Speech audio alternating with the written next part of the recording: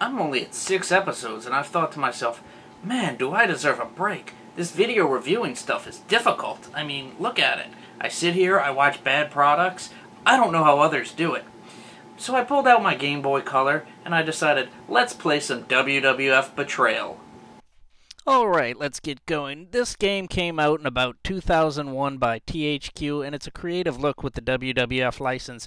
It's Double Dragon meets WWF. So what am I really going to talk about in this? It's my first attempt at a commentary or a Let's Play style. Well, more about me, actually. I figured, hey, let's give the listener and the viewer something about me while I play this game. As you can see, you have 4 choices of wrestlers first: Austin, Rock, Triple H, or Undertaker, and I chose The Rock because, well, it's The Rock. He's come back to entertain us in the World Wrestling Federation. Oops, WWE, my bad. So I decided to originally create the show because, well, there's not many people who talk about the crappy movies and television shows that wrestlers have appeared on over the years. And I'm a film student, and I thought, well, I was influenced by guys like the Nostalgia Critic and the Cinema Snob and the Angry Video Game Nerd, and I've done some old type of text reviews for wrestling shows back in the day, and, well, it just does nothing for me to sit there and comment on every single thing about a match. Looking at the game, you can see that there is some wrestling at the very beginning. The enemies are very stupid. You have a referee that looks like Elvis there, and Ralphus. As you can see, I'm clearly missing kicks. Oh, and then a rock bottom. So, coming up, you see that the story of this game is Vince McMahon learns that his daughter has been kidnapped, and he looks like Terrence or Phillip from South Park. But, yep. Also, what's with The Rock wearing the sunglasses in this game? I mean, I don't think these graphics are that bad for Game Boy Color, but you see, The Rock's wearing glasses. It would look better if he did not wear glasses. So you're off to rescue Stephanie McMahon, only to learn that she's in another castle by the end of the level. So, growing up, I was a wrestling fan, and like many people, one of my favorites, I guess not like many people, I didn't really like Hulk Hogan that much, but my favorite wrestler growing up was Jake the Snake Roberts, and as I got older, Scott Hall. I guess I have a thing for troubled wrestlers, but go figure, I like CM Punk now, kind of the anti-Scott Hall and anti-Jake Roberts. But I thought about what to do with this show, and like I said, it's not about the actual product, but I figured on this part, this Let's Play, I could talk about Monday Night Raw this past week. What a terrible promo-filled show was that. That show didn't get me to want to watch WrestleMania. Instead, I'll go watch on my friend Justin's TV. Now, look at this game. I mean, you have referees, you have apples. I mean, THQ got really interesting with this license. I will say that the animations on the punches and kicks and even the finishers for any of the wrestlers were pretty good. Unfortunately, Undertaker does not do a last ride when you play as him, or the tombstone. His move is a choke slam. And what you do is you hit like 4 or 5 moves in a row, and then you get your finisher.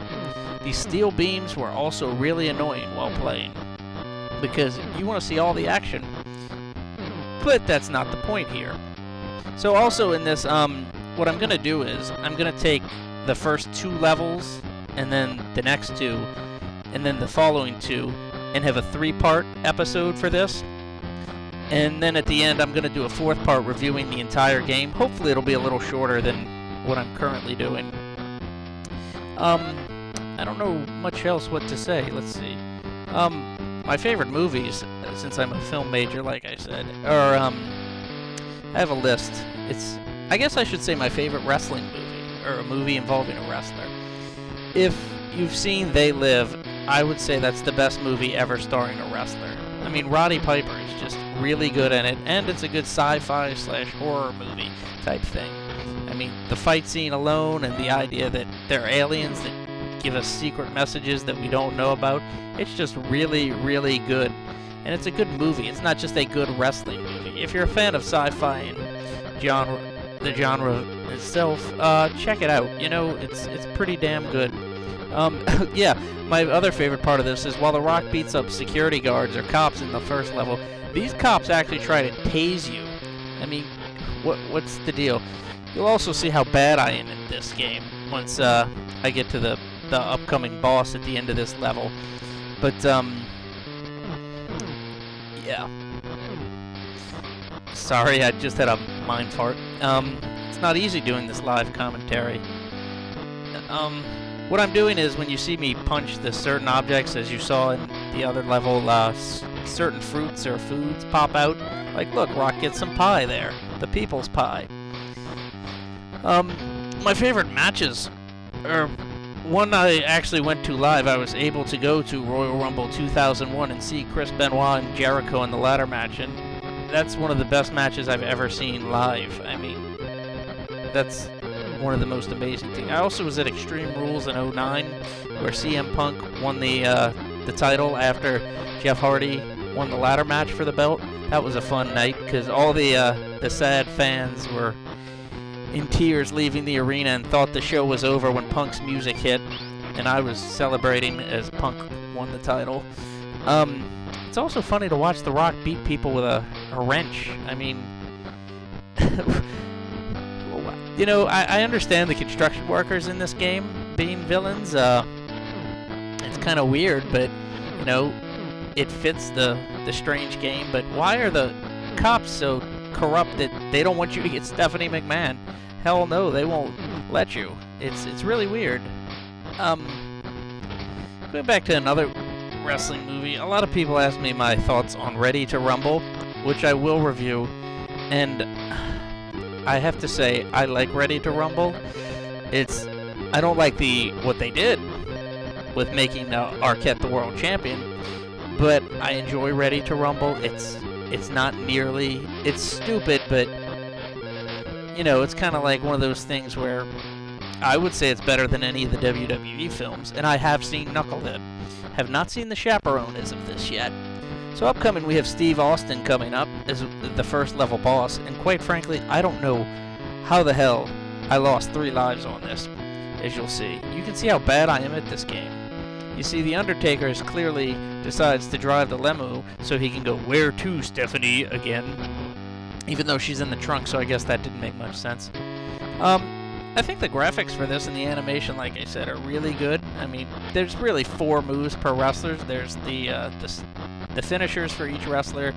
There's the punch in, the kick, and a drop kick. Not that the drop kick is a great animation, but it works. I mean, you have to look at this game and think about why they made it. I'd like to see the meeting that was like, hey, we work for THQ. Let's make a WWF game, but with no wrestling ring. Well, WCW did it. Yeah, but Backstage Assault was terrible. So this is where I finally end up beating The Rock. I mean Stone Cold. I hit a bunch of drop kicks, as you can see, and, well, this game is a pain to fight the bosses, or at least I think so. This is my actual first attempt at fighting this boss.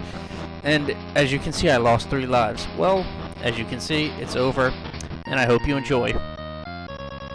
I hope you enjoyed levels 1 and 2 of WWF Betrayal on Game Boy Color, because next time we'll get to see The Rock meeting Buffy the Vampire Slayer in Southland Tales. Remember, this is the Piledriving Critique, where professional wrestling meets pop culture.